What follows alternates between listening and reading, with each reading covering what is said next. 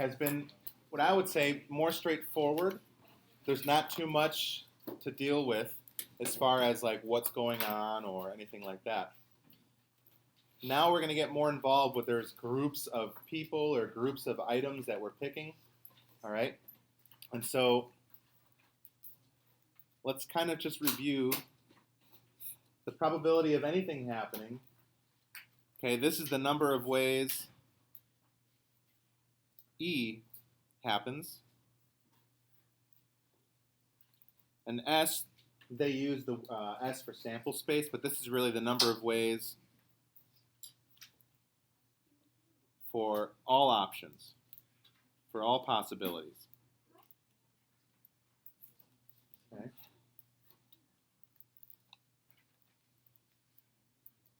And I think probably the best way to get started is just to kind of do some of these problems. Again, I'm going to try to make things easy without, like this, they tend to overcomplicate things, okay? But you guys don't need to have a complicated approach to do these, all right? So we're going to try to do these like, as simple as possible. So go ahead and turn the page. Let's go to page 2.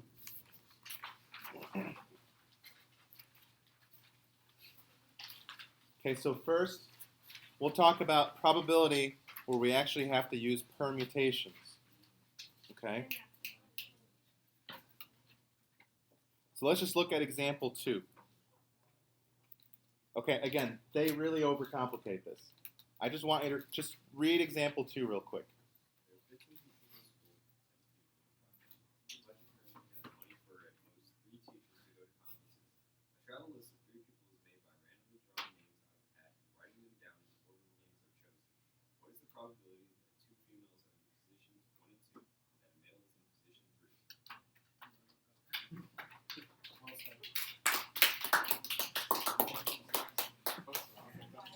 Okay, so first question.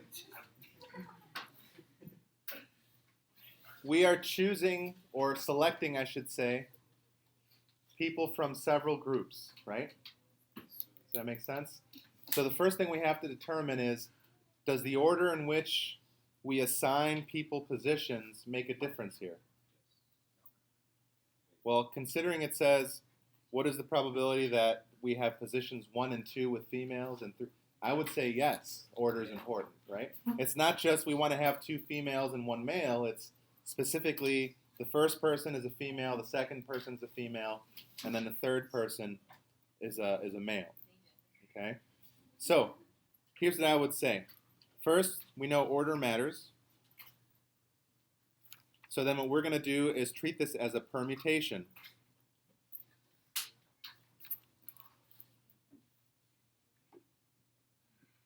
Okay, so now the denominator, this represents all possibilities, right? So how many people total are in this scenario? 15p, and now how many are being selected? 3. So this, whatever that number is, I don't know what it is yet, but that is my denominator. That's all the possibilities of selecting 3 people in a specific order. Okay? The numerator now, well, this is going to be specifically the number of ways we have 2 females and then 1 male, right? So how many females are there total? So 10p, and how many females are we selecting?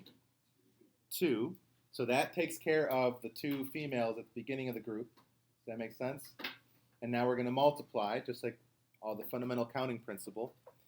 Now how many males are left? 5. And we're selecting or picking how many? 1. Okay? So in the numerator, this is the event that we're interested in, selecting 2 females first and then 1 male.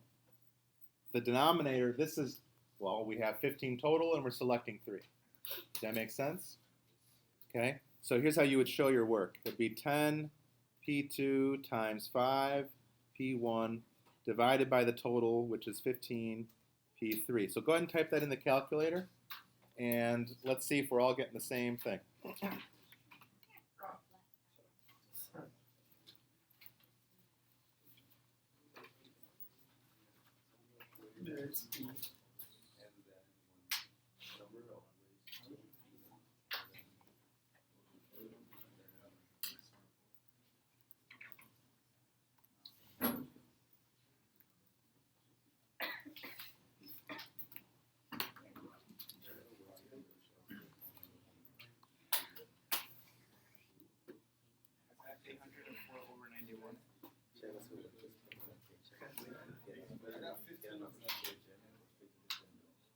So here are a couple different answers. Kyle also got 15 over 91. 15 over 91. Okay.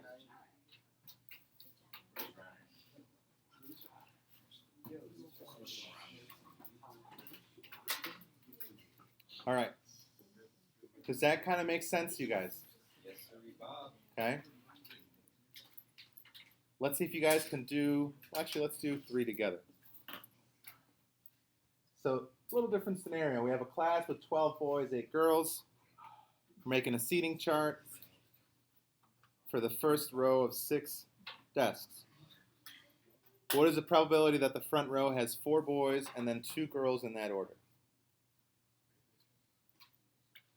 Actually, yeah, you guys try this one on your own. It's similar. I think you guys can do this one.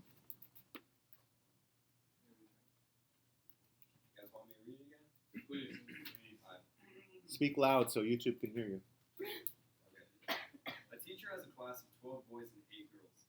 She makes a seating chart just for the first row of 6 desks. What is the probability that the front row has 4 boys and then 2 girls in that order? For this example, the experiment is blank, so the denominator is the total number of ways that this experiment can occur. How many sets?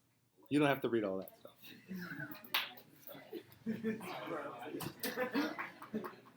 Man, you guys are more, I think you should teach the course. Yeah, I killed. You guys are like dead silent when Jason's talking.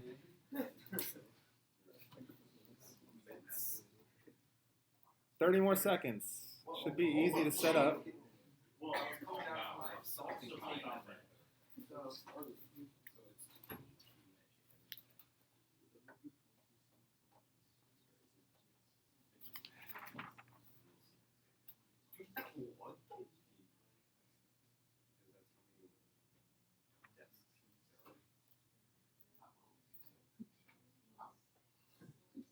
Damn, that's a big old number.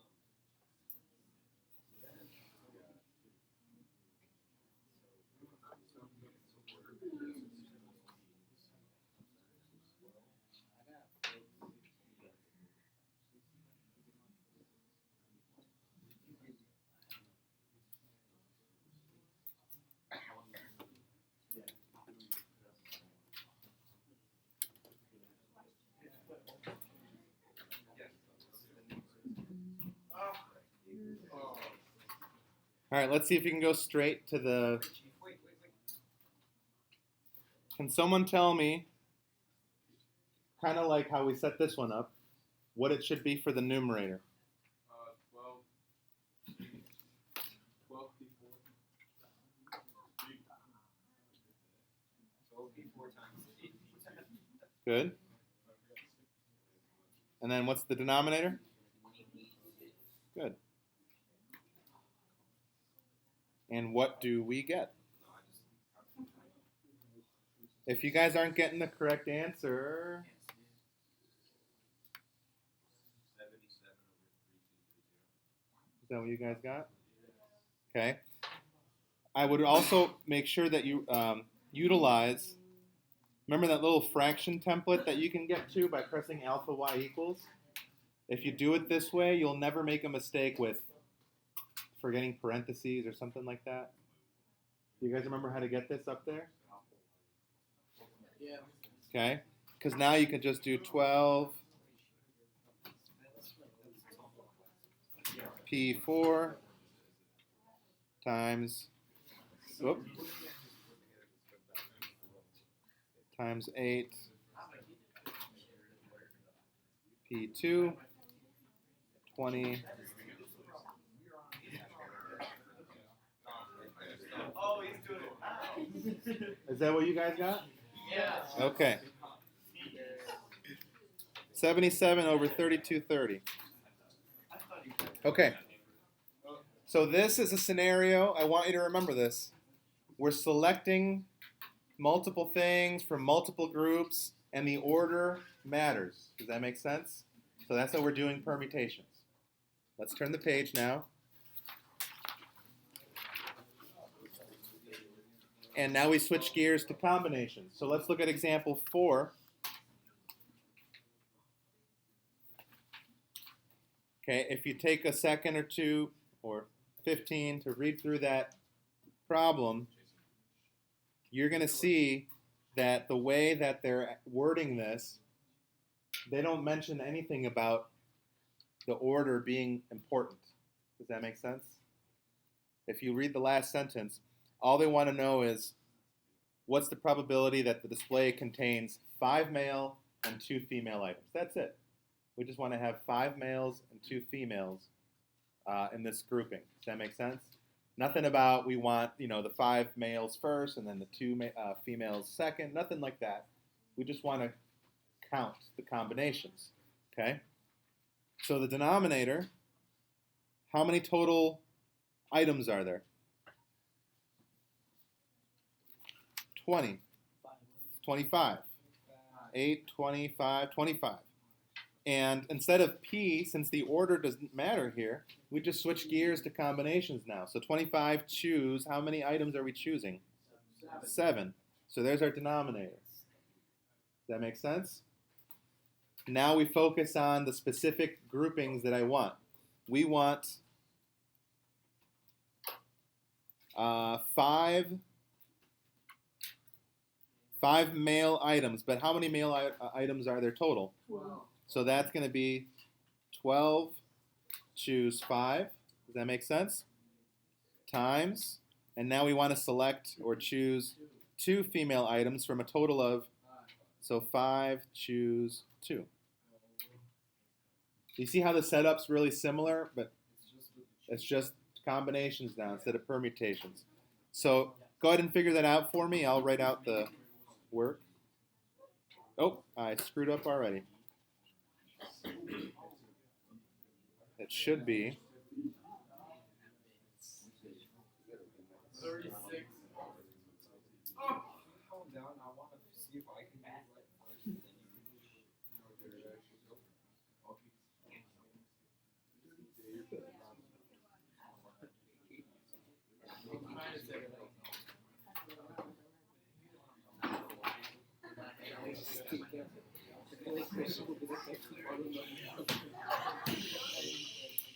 okay. So what are we getting? 36 over 2,000. Okay. Any questions on that? All right. Example 5. These are my favorite kinds of questions because they involve poker. And you like Okay. gambling? I used to, yes, very much. Okay.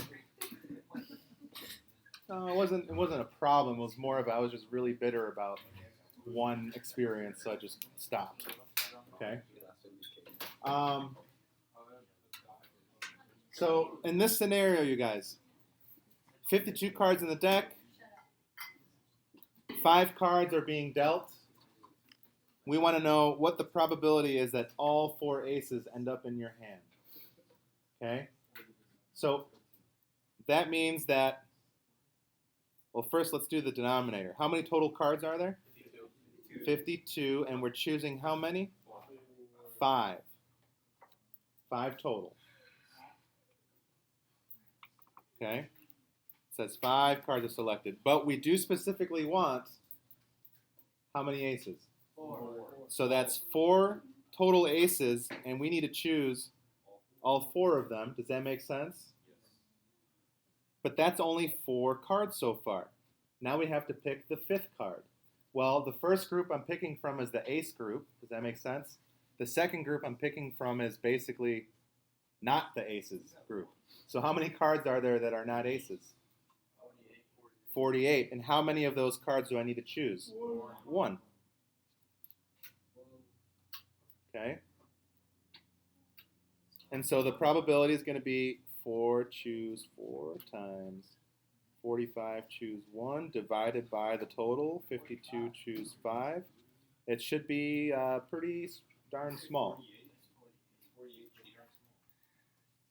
Oh, thank you. Yeah, that's 48.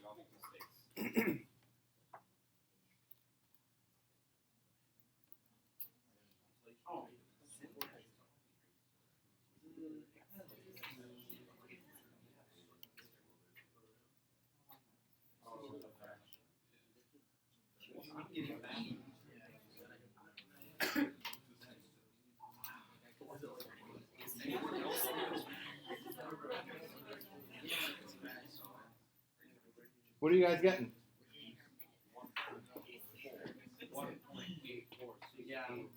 Something like that? Okay.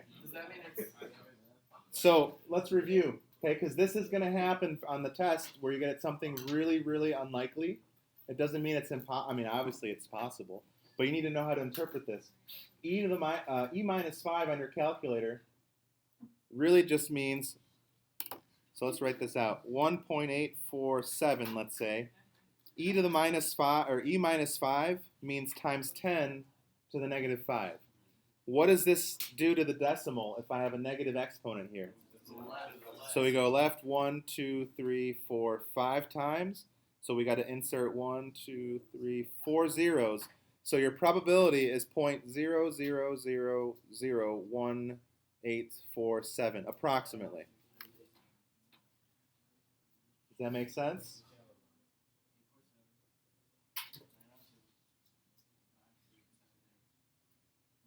Okay. I appreciate you guys locking in. Again, I don't want to spend more time than I need to doing notes. It's more crucial that you guys practice. So all we have is one last page, okay? So let's go to page 4.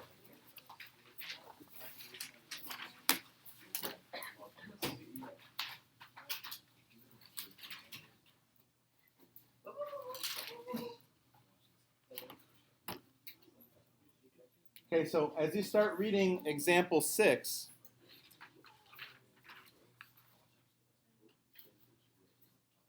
you are going to start to see problems very similar to what we did in 11.1 and 11.2, except for the fact that now they're asking us about a probability. So let's just get to it. We have a license plate, 3 letters followed by 3 digits. We did those on a quiz recently. You guys all did great on that for the most part. Okay, just a couple errors here or there, but how many letters are in the alphabet? 26. And how many digits are there? 10. So remember doing this? We write out all the different spaces for each thing, right? We have 26 letters, 26 letters, 26 letters, followed by 10 digits, and then 10 and 10, right? So this, whatever that number is, that represents the total number of license plates, right? In this scenario. Now here it says, what's the probability that a random plate starts with the letters MOM? So mom, and then followed by, whatever. Okay? So let's do that. Now we're focusing on mom plates. So M-O-M, but then we have 3 more options. How many digits are there? So it's 10, 10, 10. How many M's are there? 2. In the alphabet? There's only one M, right? So it's really one choice. Does that make sense? They're telling us the first letter must be an M. So how many ways could I do that? M. Has to be M, right? If the second one's got to be an O, there's only one way to have that. Does that make sense? So, like, the first letters don't matter. Right. It's really because it's just these last 3 digits that's going to make them different, right? And so the numerator, let's go ahead and figure it out now.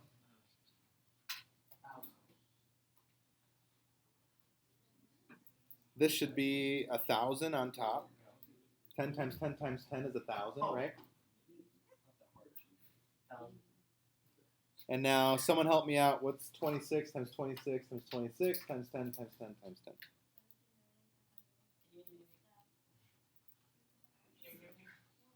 17,576,000, you said? Okay. Does that reduce at all in the calculator? What do they give us for the decimals?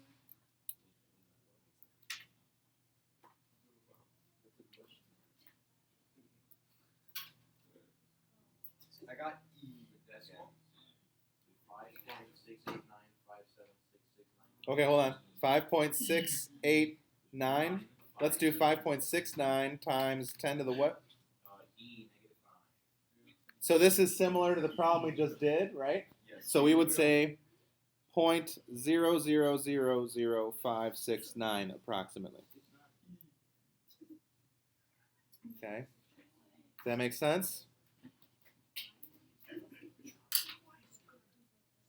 Okay. Last example. Read through it real quick. Pretty straightforward scenario. Who called my name earlier? You, Ryan? It's who you called. Call me my own name. Oh, it's one my dad calls me that. Call me. 8 students making presentations today.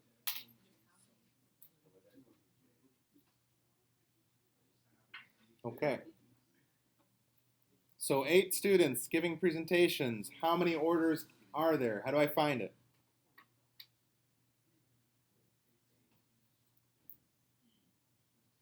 Uh-oh.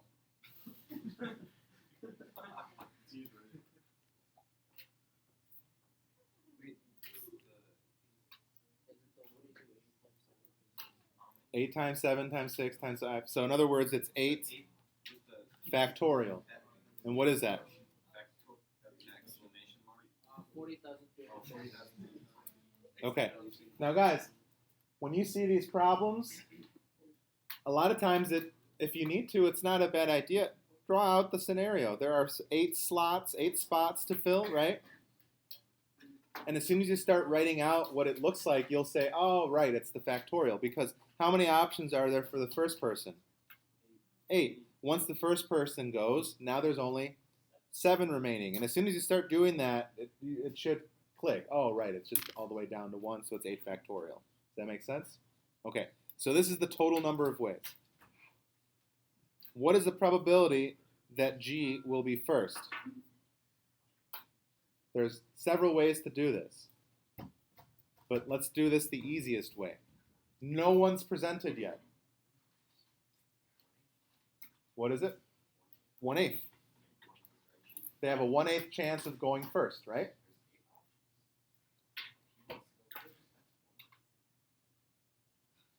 This one I recommend actually drawing it out. So what is the probability that A or B will be last? So I have this 1, 2, 3, 4, 5, 6, 7, A, or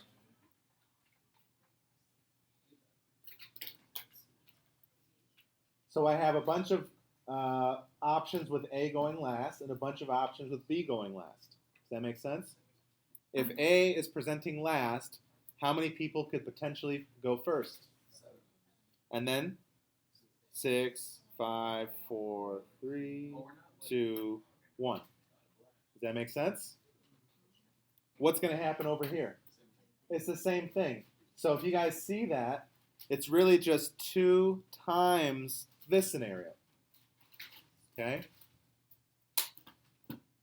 Or you could do it twice and add them both up, right? But what do we get?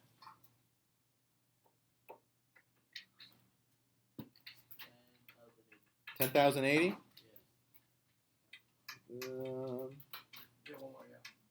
10,080 over 40,320. What does that reduce to? 0.4? Oh, 1/4?